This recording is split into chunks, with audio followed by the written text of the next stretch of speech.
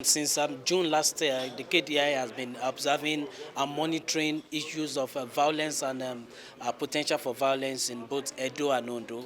And to our surprising, before the election, the tension in in both states were high, and we recorded huge amount of violence and potential for violence, ranging from physical harm, murder, and destruction of properties. And but at the end of the day, it is surprising to know that in Ondo, over 157 cases of violence was recorded during that election, and the same goes for Edo. So it shows that we need to really step up. And of course, the election was adjudged peaceful, but with our record, with our findings, a lot of violence took place. Most especially, there are some that are psychological, there are some that are physical harm, there are some that are murder. People died in that election.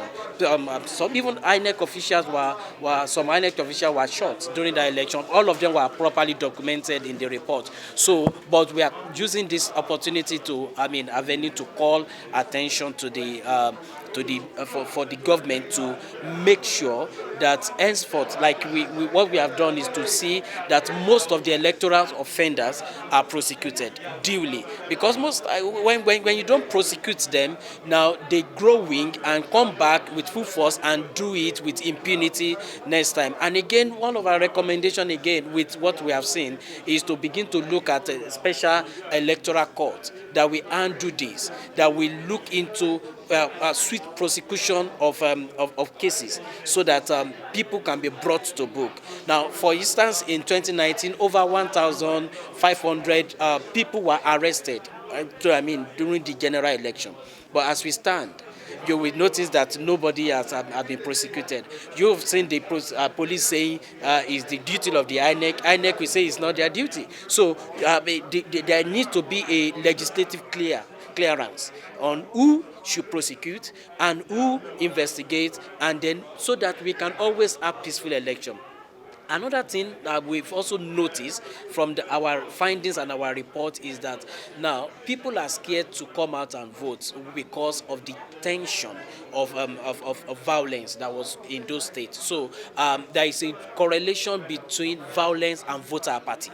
So we need to now begin if you want to really have free, fair, and credible election in 2023, we need to begin to put some of these things in place, recommendations in place, have a safer environment where people can come out and vote without being intimidated. Then we are likely going to have high voter turnout without no voter apathy.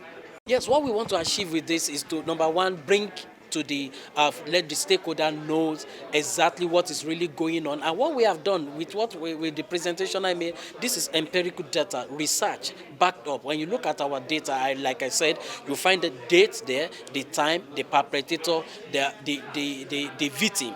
All of them are well documented. So what we want to know, that people need to see the record, because when people don't have access to the data, they don't see the seriousness in it. So you see the people that died, properly documented, and then what we are now looking at, we have the police here, we have INEC here, is to foster collaboration between the two agencies and the CSO to see how we can mitigate. So what do we want to achieve?